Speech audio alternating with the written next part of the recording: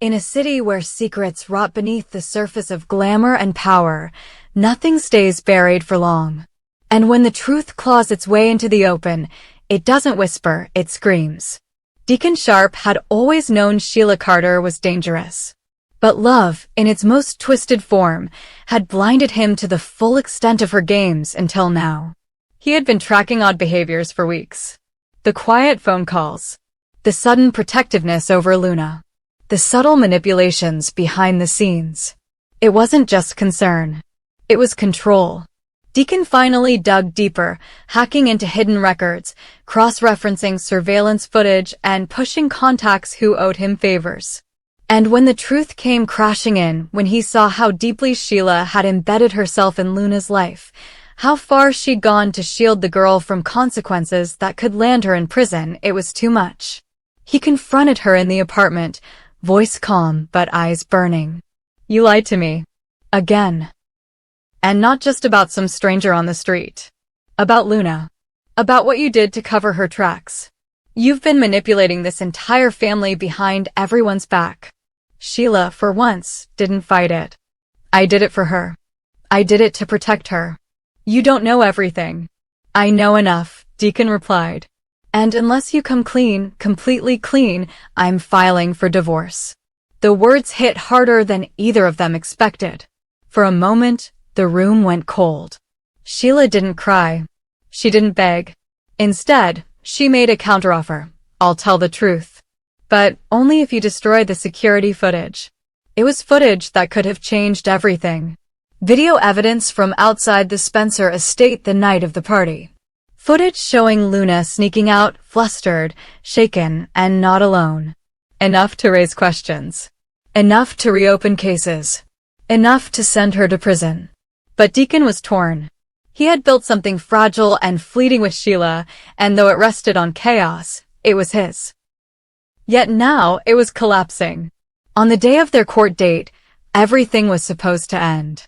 The lawyers were ready. The judge was seated. The papers were signed. And then Deacon stood and shocked the courtroom. "I have a proposal," he said, steady and loud. "I'm withdrawing the divorce petition, if Sheila agrees to one condition." The room leaned in. "She names the person helping Luna. The one pulling strings in the background. The one orchestrating cover-ups. The one who made sure Luna walked away clean while everyone else was left in the dark." Gasps rippled through the courtroom. The judge warned, "This isn't a negotiation forum, Mr. Sharp." Deacon ignored him. "You want justice? I'm giving you a shortcut. All Sheila has to do is tell the truth. And I'll marry her again. Right now." Silence. Sheila, seated beside her lawyer, blinked once. Then twice. And slowly stood. "If I do this," she said, turning toward Deacon, "you can't take it back. You don't get to hate me for what happens next." Deacon stared her down. "I already hate everything we've become. Now give me a reason not to walk away." Sheila inhaled deeply, then said one name. "Lee Finnegan." The courtroom erupted. The judge pounded the gavel, shouting for order, but the damage had been done. Finn, who had attended in quiet support, assuming the matter was a personal affair between his mother-in-law and Deacon, stood frozen, face drained of color. "What?" he said, barely audible. "She was the one," Sheila said, louder now. "She knew about Luna. Knew about everything. She didn't just cover for her, she faked Luna's death. Told everyone Luna had died. Hid her. Protected her. Made sure no one would ever find out what happened that night." "Why?" Finn demanded.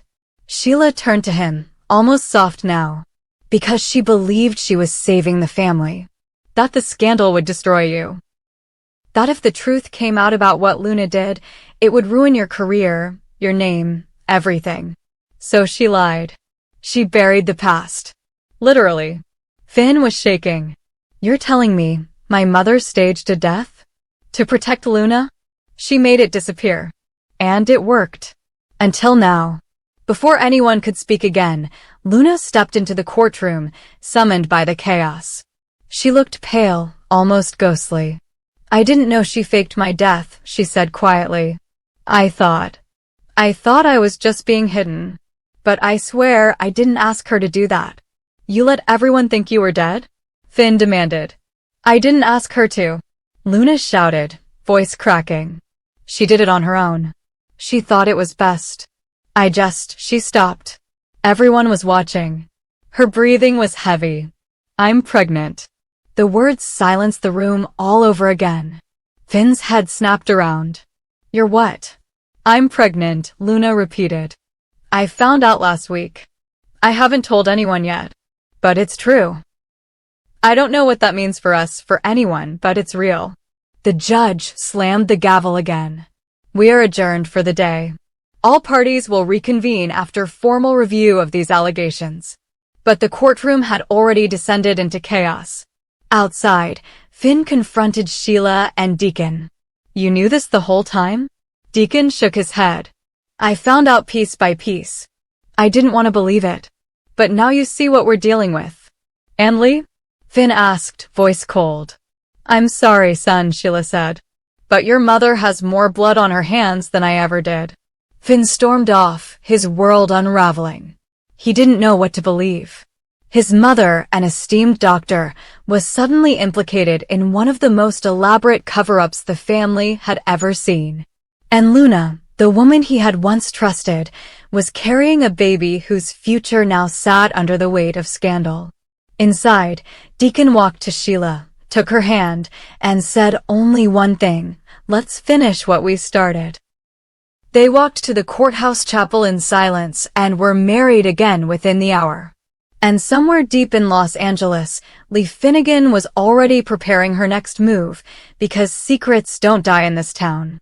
They evolve. Luna stood frozen in the clinic bathroom, staring at the thin strip that had just flipped her entire world upside down. The digital screen blinked the words she had feared, expected, and now had to survive. Pregnant. Her hands trembled as she pressed them against the cold porcelain sink.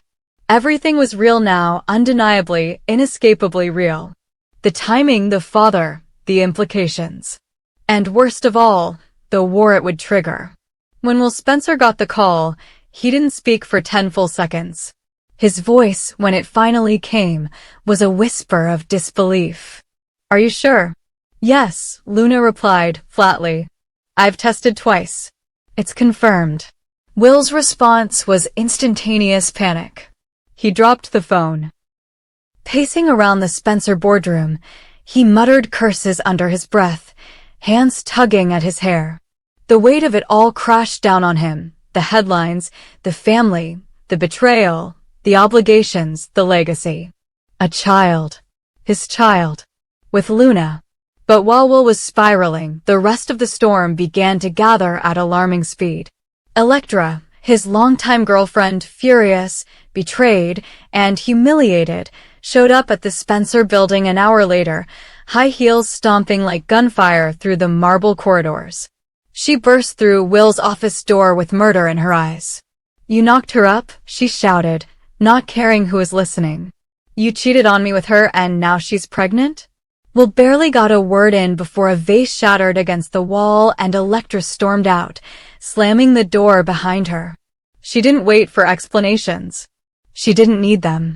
The news was public now, at least inside the family, and that meant consequences were already snowballing. Bill Spencer heard the news by lunch. And his response was swift and absolute. We're doing a triple-step paternity verification, he barked into the phone. I want DNA samples taken under observation, 3 independent labs, and a third-party chain of custody for each stage. No slip-ups. No private handoffs. No games. I want to know, without question, if that child is a Spencer. The order was delivered like a military operation. Bill didn't trust anyone, not even his own blood. Especially not with the stakes this high. If the child was Will's, everything changed. The inheritance chain. The corporate structure. The press narrative. The enemies it would attract. The opportunists it would empower. And if it wasn't? If Luna was lying? It would end her, completely and publicly. While chaos boiled on every front, one voice entered the shadows, Sheila. She approached Luna quietly at a coffee shop near the courthouse. Dressed in black, low cap, sunglasses. Classic Sheila. Calculating. Calm. Dangerous. You're scared, she said, sliding into the booth across from Luna. I'm not scared. I'm exhausted. I get it. All eyes are on you. Everyone's waiting for one wrong move. That's why I'm here. Luna narrowed her eyes. To do what? To help. I've done this dance before. The tests, the lawyers, the media pressure. Let me tell you something, it's all a rigged game. If you don't play dirty, you lose. Luna said nothing. You want to protect your future? Your child's future. Sheila leaned in. Then listen to me. It's not hard. One of the lab techs owes me a favor. We switch out the sample, swap it with a control. The results show what we need them to. You win. You buy time. You stay safe. Luna felt like she couldn't breathe. You want me to fake a DNA test? I want you to survive one. There's a difference. But Luna shook her head. No, I'm not doing it. If I lie now, it'll haunt me forever. I'm going to face the truth, no matter what. Sheila's expression didn't change. Then pray it goes your way. Because if it doesn't, you'll find out real fast what this family does to outsiders. The next few days blurred into meetings, court orders, sample collections. Luna submitted to everything. 3 blood draws. Supervised by 2 attorneys, a third-party lab rep, and 1 terrifyingly neutral observer sent directly by Bill Spencer. The samples were labeled, scanned, barcoded, and shipped off to 3 different labs under alias tracking IDs. A fortress of security. Nothing left to chance.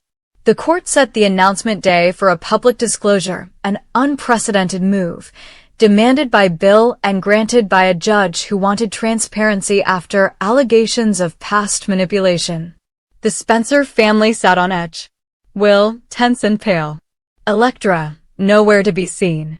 Katie, watching everything from the back row. Sheila, arms crossed, unreadable. Luna, alone. And then the bomb dropped.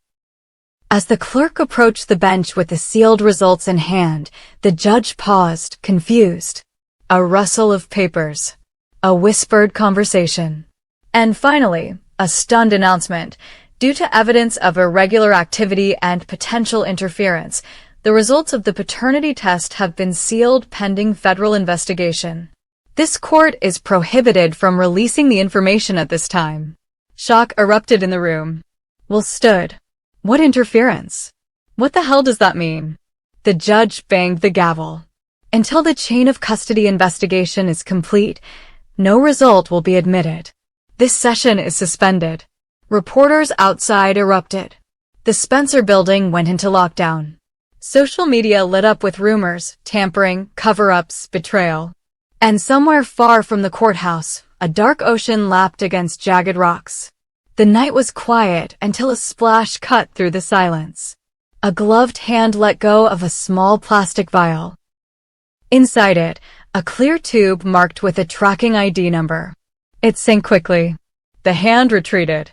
A heavy gold ring on the index finger caught a glimmer of moonlight. The Forrester family crest. And, just like that, the game changed. The war wasn't just Spencer versus Luna anymore. A new player had entered. A legacy family with everything to lose, and the resources to rig everything. In the coming weeks, all hell would break loose. Legal battles. Public accusations. Genetic experts called to testify. Threats of perjury. Corporate shakeups. And through it all, the question pulsed like a bomb waiting to detonate. Who's the real father? And who's willing to kill to keep that answer hidden? Asterisk, asterisk, this wasn't just a scandal. It was the beginning of a family war.